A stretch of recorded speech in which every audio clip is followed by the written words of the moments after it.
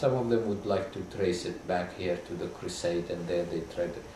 But again, as I said before, we should not allow this to take place, because we will be all defeated.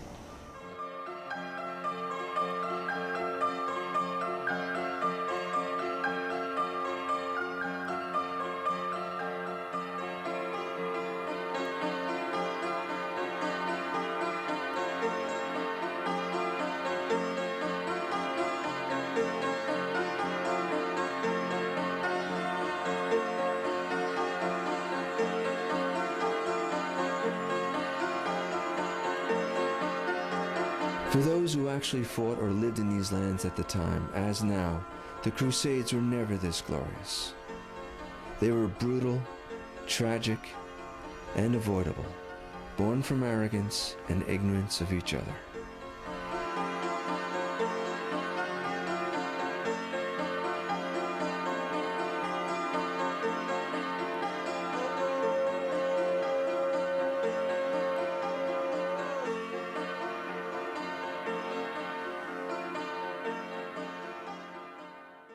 Humane and noble mores and norms must triumph. We should not let those people who are looking in a very closed-minded way to take over.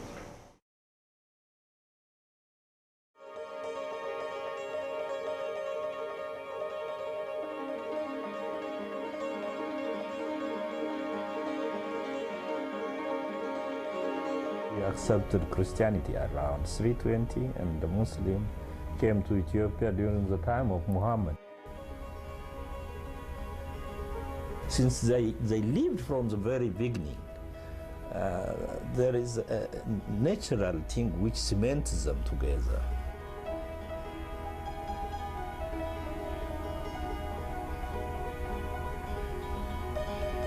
We lived many years, thousands of years, together.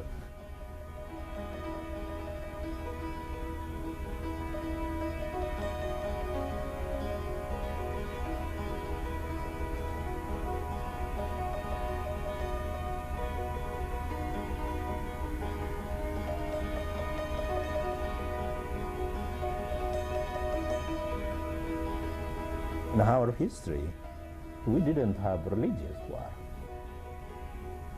And now, the religion itself is changing. Too many version of Christianity are coming to Ethiopia, and much more Muslim version is spreading in Ethiopia. So different missionaries, you mean, of Christian faiths are coming in, and missionaries of Muslim faiths are coming in? And they, on both sides, they're kind of radicalizing? Yes. Things are changing in the wrong direction.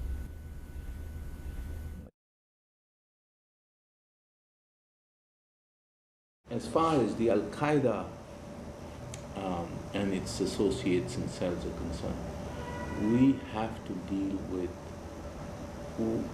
what is it that is gaining them recruits.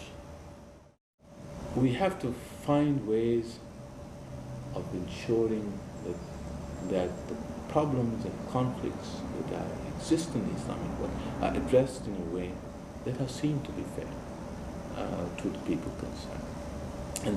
And the US can contribute to that, and it can change the environment through fair solutions to these problems. Of course, it's easier said than done, but at least the objectives should be that. I am convinced that the world, the international community has the means to do a lot and to decrease, not to increase, the risks that we are facing today.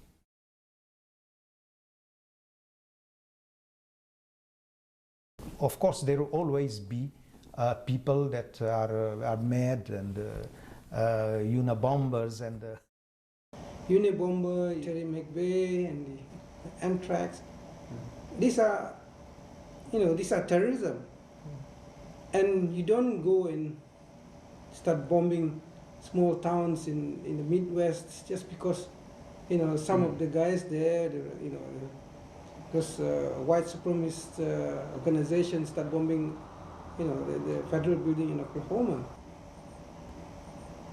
How did they deal with that?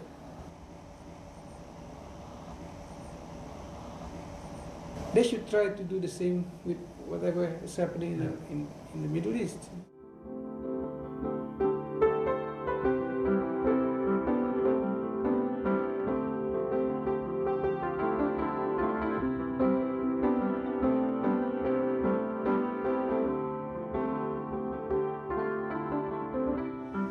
In order to counter this, the breeding ground for terrorism, you need to have people, you know, with at least hope in life. You know, there's a better future for them. I do believe that very, very strongly, one of the key things to fight and to eradicate terrorism or frustration or this is through education, definitely. Obviously, there is an interest in developing countries to reduce military expenditures just because that allows you to augment your social and educational expenditures, as was done in Costa Rica. And that's one of the reasons why we have the highest life expectancy rate in all of the Americas, because actually we have higher life expectancy than the US and Canada, because we have invested a lot in that. But obviously that opens the way for many other developing countries to really concentrate on you know, the daily welfare of their population. And instead of investing in arms and troops, which may or may not be used, there are very important conflicts, no doubt. Why not invest in something that you will need on a daily basis, which is health and education? We have a defense force. Right. It's small, will be not less than 3,000. But what we believe is that the more the budget is focused on education, is the better for a country, medium and long term. And so that's our major capital, is education. Invest on people. Between China and India, we represent almost 2/5 of the world's population. We have been fortunate in having some kind of sense of a long-term strategy. Jawaharlal Nehru, one of our early leaders, did talk of building the new temples of modern India, whether they were the dams and irrigation systems, which were the infrastructure of our early years of development. But more importantly, the emphasis on tertiary education, on higher education, in terms of the institutes of technology.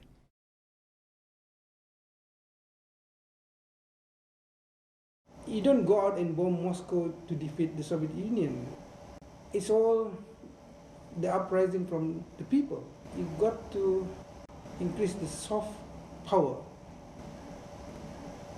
through cultural exchange, education, more scholarship, people who are already accepted in universities, being restricted to come here to study and all this. You know, and to me, it's such a sad thing. The end result is completely opposite to what we want to achieve.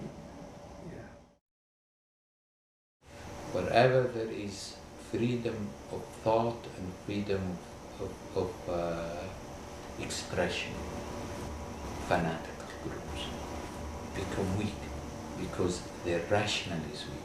But when there is no one to present the other side of the story, when there is no credible intellectual challenge to their doctrines, then they flourish.